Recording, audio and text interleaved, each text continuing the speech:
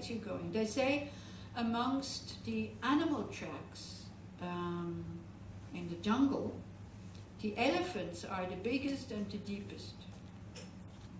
When you go around the water hole in the jungle where people where the animals come to drink. Amongst these specific topics in the Buddha's teachings, the one about impermanence and death leaves the strongest imprint, like it has the strongest effect on you, you know. It's like you have an argument with somebody, you get really upset, and then you think, in 100 years, who will think about this? How important will that be? You have an argument with somebody, or somebody cheats you or takes something away from you, you go like, does it really, in what way does it influence my life? Like somebody cheated me out of 400 francs last year, I think before I came here. It is really funny. But you know, it's a lot of money. But then it didn't change my life at all. Whether I have these 400 francs in the bank or I don't even notice it. But the mind can make such a big thing out of it. They're gone. So, you know, they're gone, they're gone. It didn't change anything in my daily life. But we can make it, you know, and we can hold on to it and be upset and all this. But, you know, 100 years, even now after 1 year, like, even before after 2 years, it was actually okay. So I thought it was really funny the way he kind of cheated me. He was very clever.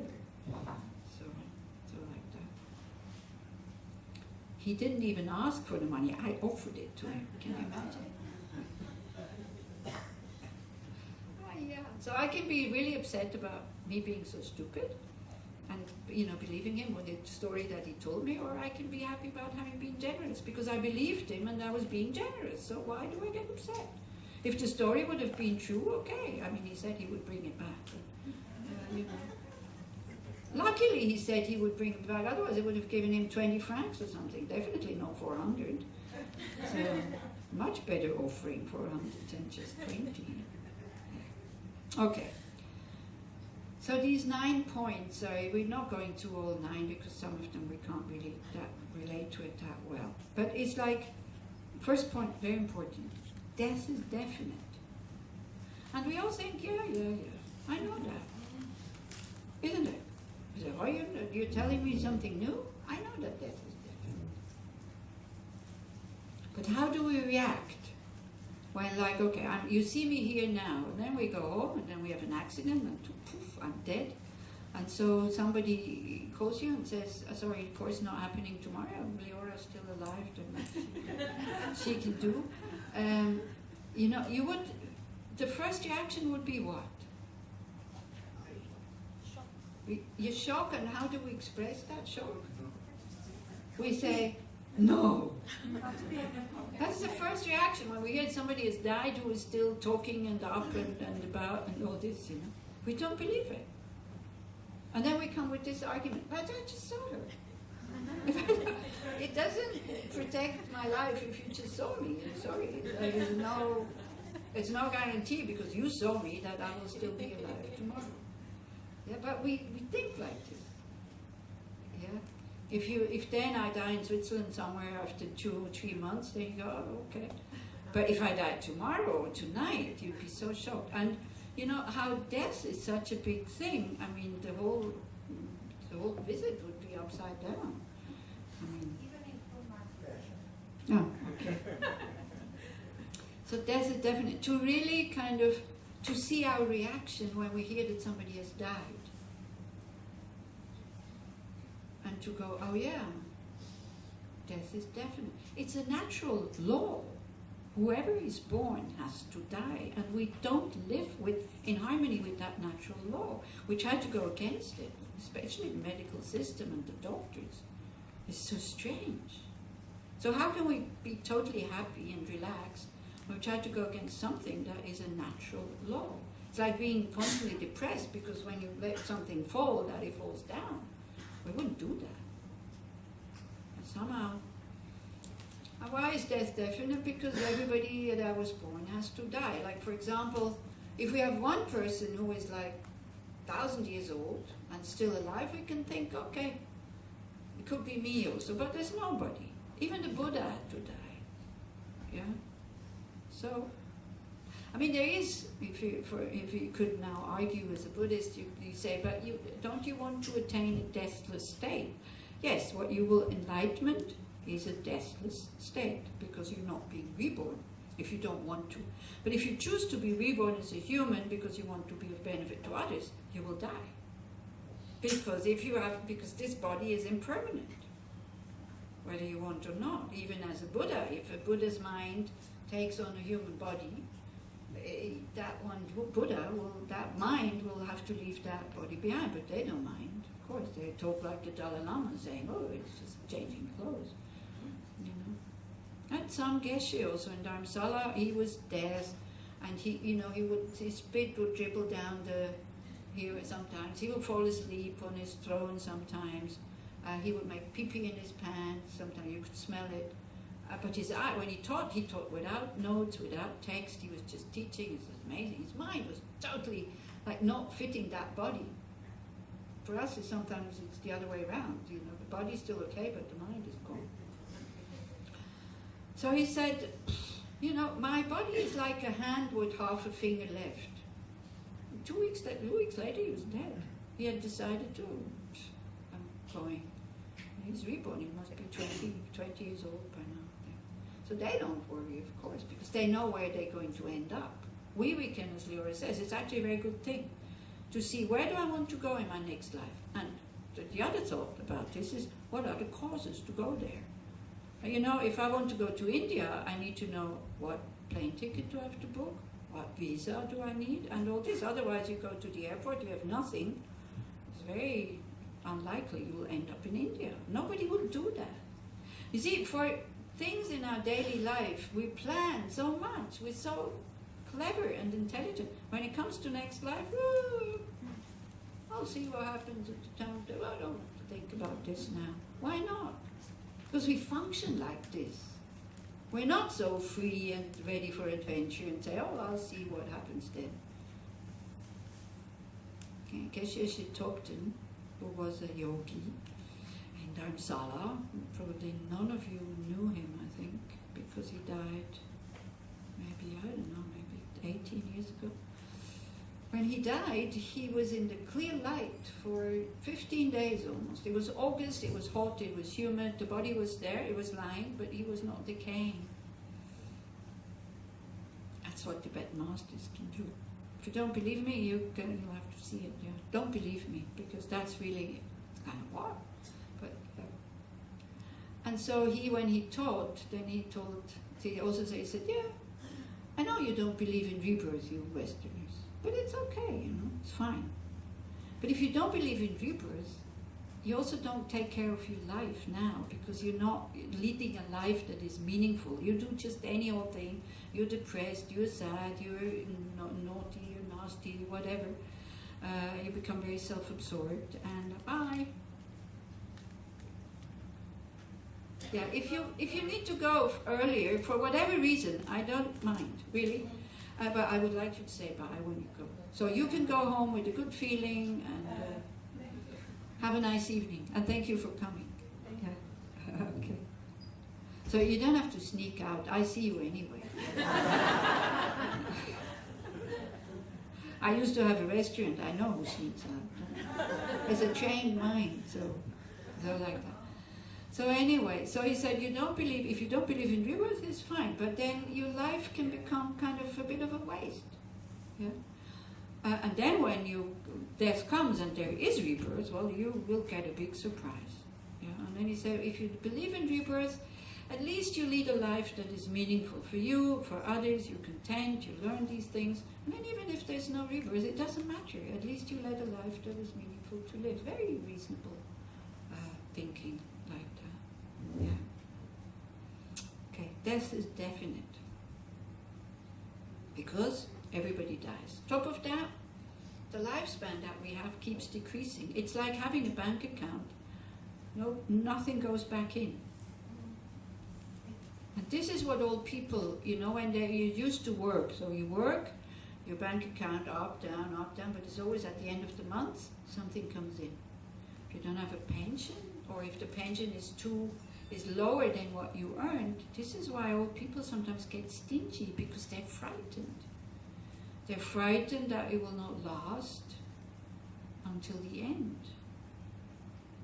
because nothing comes in. Are we as frightened of wasting time where nothing can be added as we are with money, where some friend could help us out with money, or some family member, or the state, or whoever, they can help us out with the money when there's nothing left. But what about lifespan? All of a sudden, you go like, I haven't done this and this and this and this, I haven't apologized yet, I haven't done this, I haven't trained my mind, I haven't done mindfulness, I haven't done this, and then it's too late. Yeah, so this is scary, that the lifespan is constantly decreasing. There's nothing we can add on to it. Nothing we can do to increase it. Although I know they have long life practices and all that, but maybe we can add something. But at one point, that's it. It's finished. You see, batteries. We all know batteries end. Have you ever had a battery ending without you being surprised that it's ended just now? It's the same. We always, in the battery, we always kind of put this permanence that it will, yes, I know it ends, but not now. And then we're surprised when the battery is run out. So this is how we start to train with the battery. When we go like, oh no, we go like, yeah, but it's a battery. It's empty. Instead of immediately putting a new one, think about this, Also my life battery is decreasing. So this is how you can integrate it. By seeing the reactions that we have with things that we think we understand, that we can start to use it in terms of death. When you think about these 2 points, then you kind of you start to evaluate a little bit. How do I spend my time? My days, my time. We sleep a lot because we need to sleep a lot. This whole thing about meditating, we're too young to meditate, and we're too busy to meditate, and we're too old to meditate. It's like, this seems to be very often an excuse, as long as it hasn't become a habit yet. Very quickly we find an excuse not to sit down. And especially, these things about spending time in arguments, and I'm right and you're wrong, and all this. We start to think, is that really necessary? So what, I know I'm right, I know he's wrong, but I don't need to prove it. Or we can even go further and think, maybe I'm wrong, maybe he's right. There's no such thing as 100% right and 100% wrong. It depends from which side you look. Since we can only look from one side, so like that. So these are this is the first point. I better we talk about 3 points maybe. That we have to become familiar with. Death is definite. Something that we're not in accord with. Something that we don't plan it. Have you planned your death? So that people know what to do with your body and what you want, your wishes. Are they written down somewhere? Please do. It makes it so easy for people when they have to deal with these things, because it's very helpful for the people who stay behind to know your wishes and to be able to fulfill them. It makes them feel good and relaxed, the more relaxed. You have?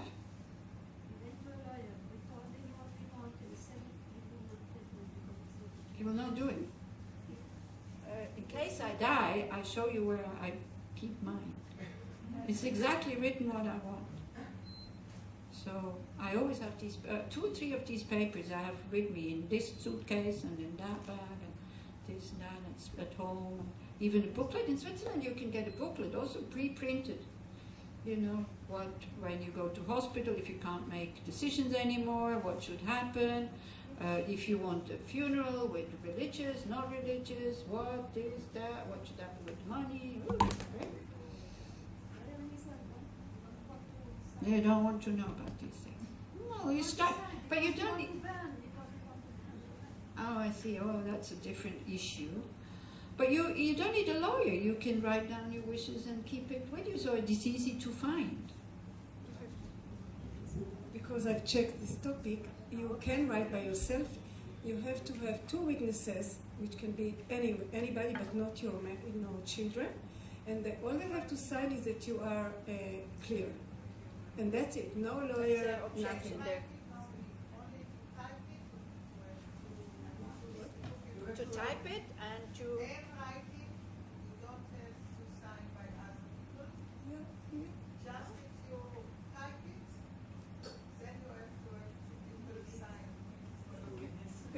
Well, you know, also I'm not talking about testament here. I'm talking about funeral, rites, rituals, this whole thing. I'm talking about this. And this, you know, I mean, why do you need a witness if it's clear that you know you want it? And if it's clear that you want it, then people, that's very helpful. And it will make you feel strange when you write down. You know, when somebody reads this and you think, I will be dead when somebody is reading that. How does it make you feel? Do you see it as a possibility? It still goes, you know, nobody will ever read this. No need. I would be, because I won't die today. I only die tomorrow. But when tomorrow comes, it's today. And since I'm not dying today, I will never die. With kind of this funny, strange reasoning. Second point, much more difficult to realize. Time of death totally uncertain. Even you want to commit suicide, sometimes it's not working. Lama Zopa, you know, he tells this story and he's always in stitches laughing when he's dead. There's somebody in a very high rise in New York or somewhere, in America. And you know how the wind is very strong between these very high buildings. So she jumped out of the window and she was, through the wind, she was blown into another apartment on the bed. Because the window was open. So she didn't fall, it was like the wind swept her into another room on the bed. So. True story? Well, Lama Zopa tells it, so I don't think he invented it. So I do trust him, it's definitely. I don't know how it was for the lady to find herself on the bed. Also, suicide, please don't.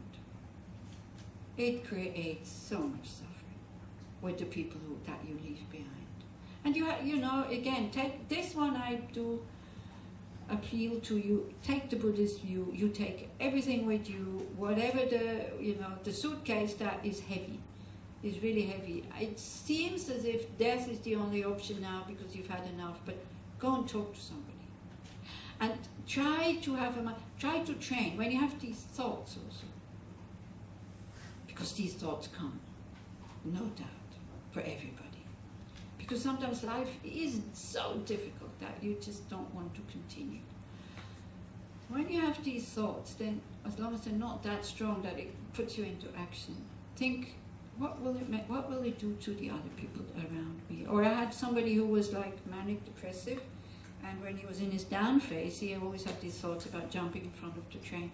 So I made him train when he was well, that he would stand right at the track, and before the train got in, that he would look up and see the person who was driving the train, to see that there's a person there who will kill me. What will it do to that person?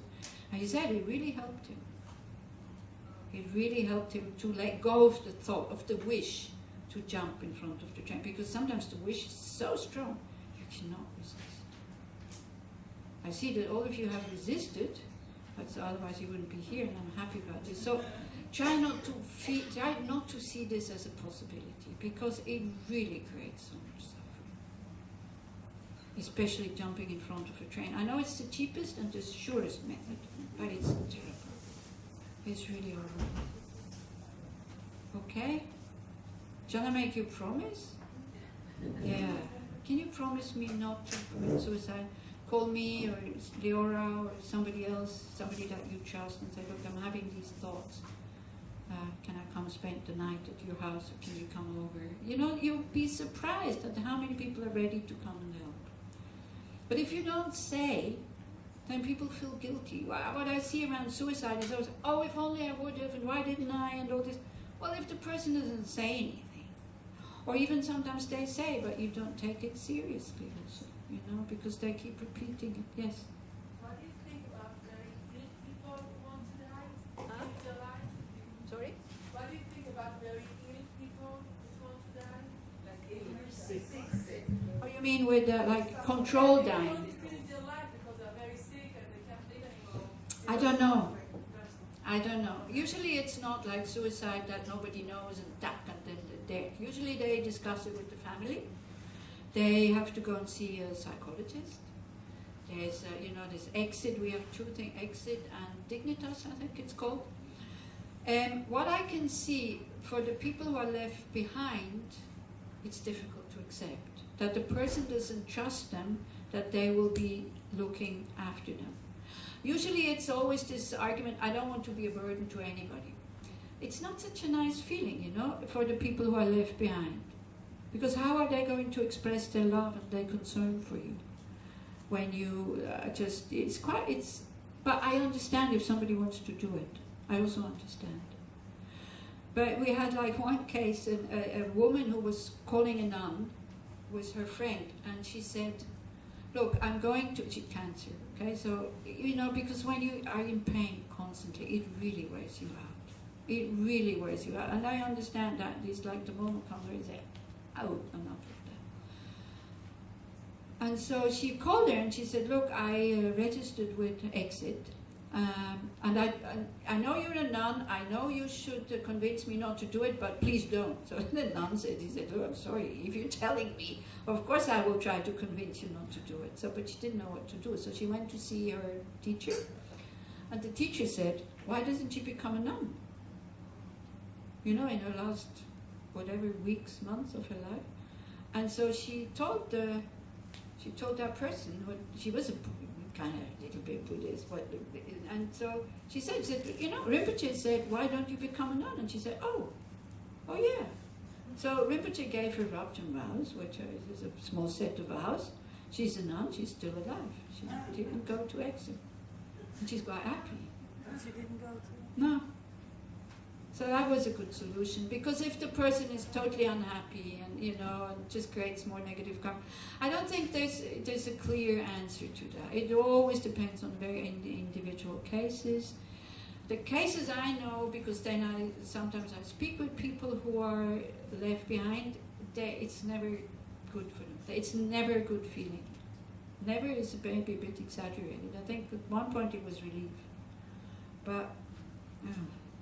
Difficult to say. Because otherwise, we become the society where, oh, I'm not healthy, I'm a burden, goodbye. You drink it. I think it's not an injection, you drink it. So, I don't know.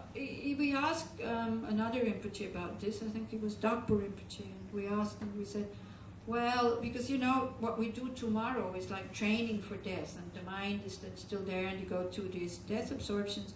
So we ask, he said, well, what if somebody has been training that for their whole life? And then they see that the mind is really going and they're not able to do this anymore. So they want to still die consciously, so then they bring the death forward. And well, is it then still suicide? Because he said it's suicide anyway, also with this exit. And so he said, well, if this person is a spiritual practitioner, if they know where they're going to be reborn, like they continue with human life and they continue with their practice towards enlightenment, no problem. They can die any moment. But then he also said, but if they have this ability to see where they will be reborn, they don't need the substance in order to die. They just, expel the consciousness out of the body and that's it. So for them, yeah, sure, no problem. Like this geshe who said, my body is only a hand with only half a finger. I said, if you don't have this ability and you still have a human life, you're being cared for, you're exhausting a lot of negative karma at the moment, you allow people to show compassion and to care for you so they create positive karma, so, you should be able to bear the pain. And then he said, but if you have absolutely no spiritual practice, then he also said, then these people have to decide for themselves. Yeah. I see the danger in this, this whole thing, independent, I don't want to be a burden to anybody, shutting down and goodbye. only wanting a healthy body, pleasant, like my mom. But my mom succeeded in making herself die in 5 days. She was 5 days in hospital after having lived alone, independent. I wish I could die like this, you know. They did, both of them. They decided, I'm going, goodbye. And it worked. Amazing. Really amazing. You know? And both of them died very peacefully. It's important that you die peacefully. Okay, time of death is uncertain. So what we can do there is that we can notice that we are not aware of that. Absolutely not. Because every time you make yourself a cup of tea, you are convinced that you'll be able to finish it. Every time you start a project, you're convinced that every time you go on a holiday, you're convinced that you're coming back. Every time you plan a holiday, you're convinced that you can go to that holiday. Every morning you go out of the house, and it's unconscious.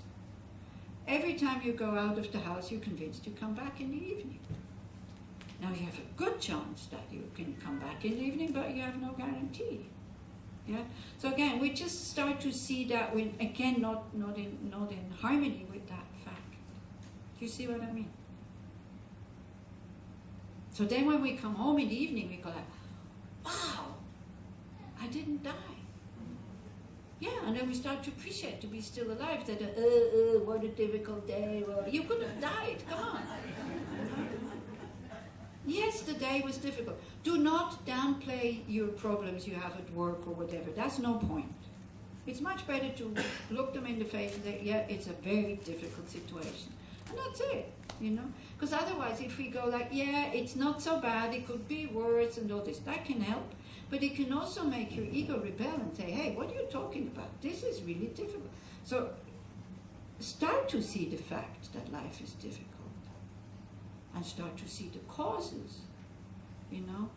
Not to keep the causes and then try to do something with the result. This is not going to work.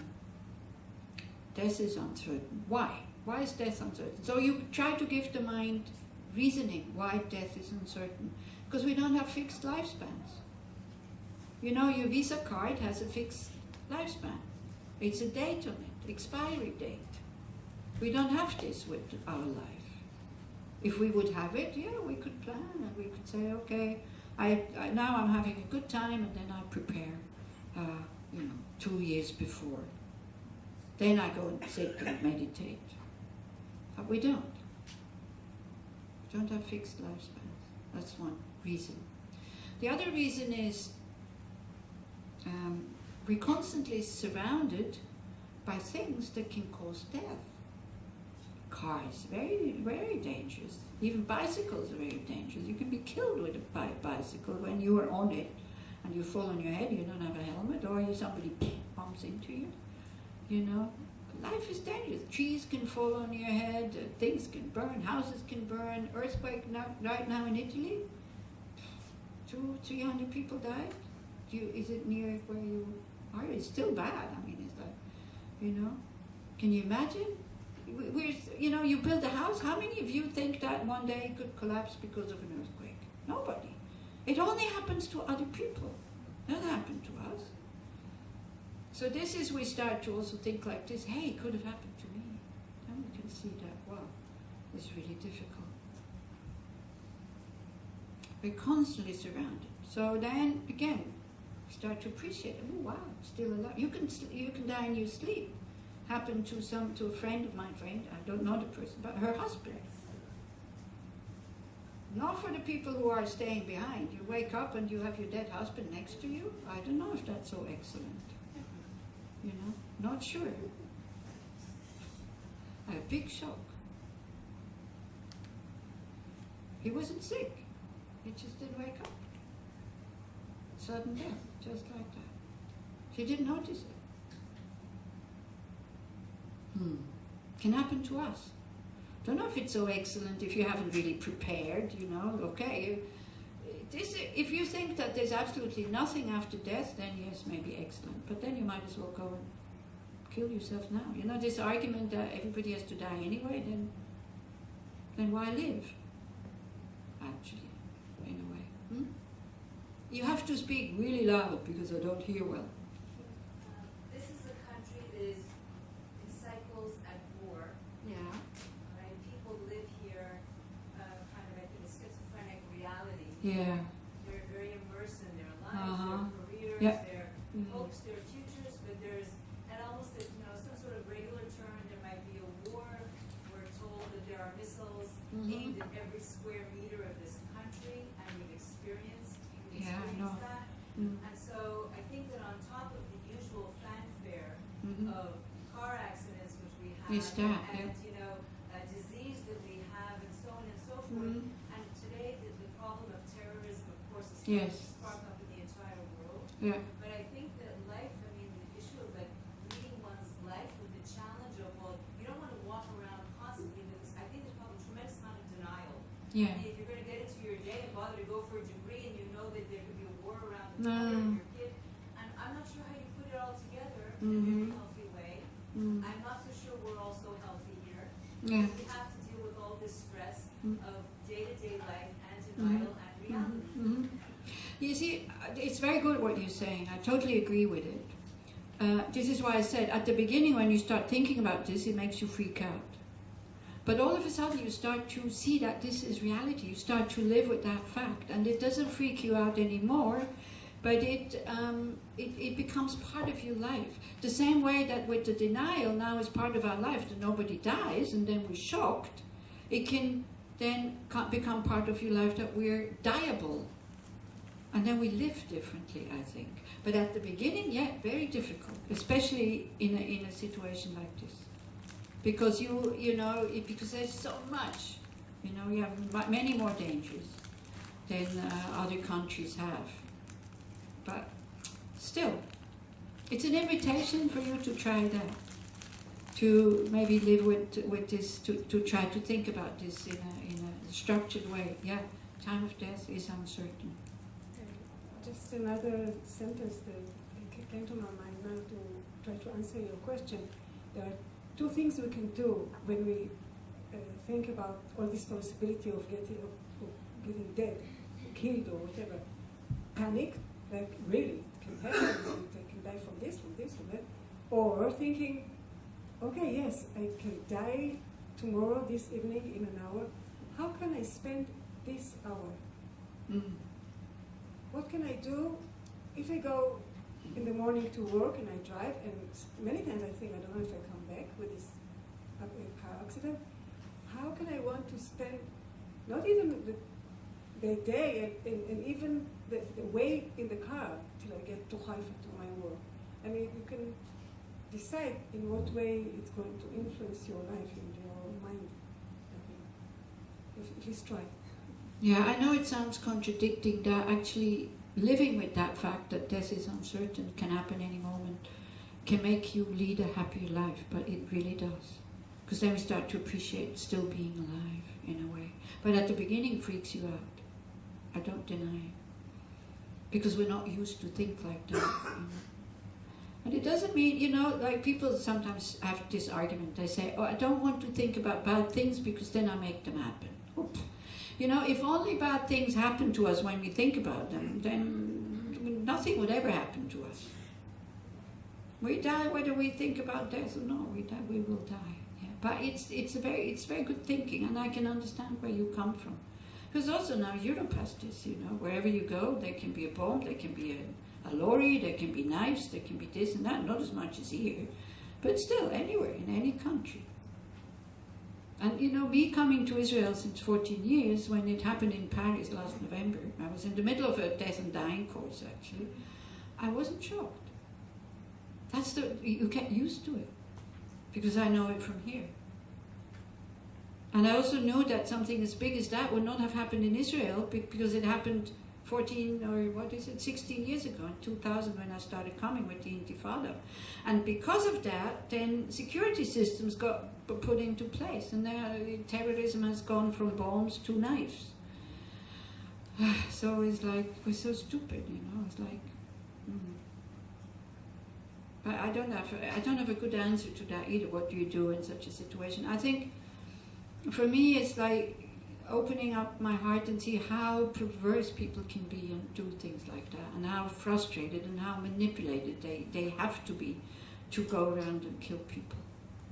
Just like that. You know, it's not even a direct enemy. At least here you can say, okay, it's the Palestinians and Israel. In Europe, you know, these people in the airport, the terrorists, they don't even know them. They're not their enemies. It's just for the sake of killing. I mean, how much more crazy can the world become? So instead of getting angry, which doesn't help, we try to, I don't know what, really. I'm also at loss for words because it's so stupid. It's so useless, this whole thing. And then, but many people now also, you know, in Europe, they start to, every Muslim is their enemy and they don't want to, they don't want them there. And they create, the more you hate them, then the more they go into terrorism or, you know, feel excluded.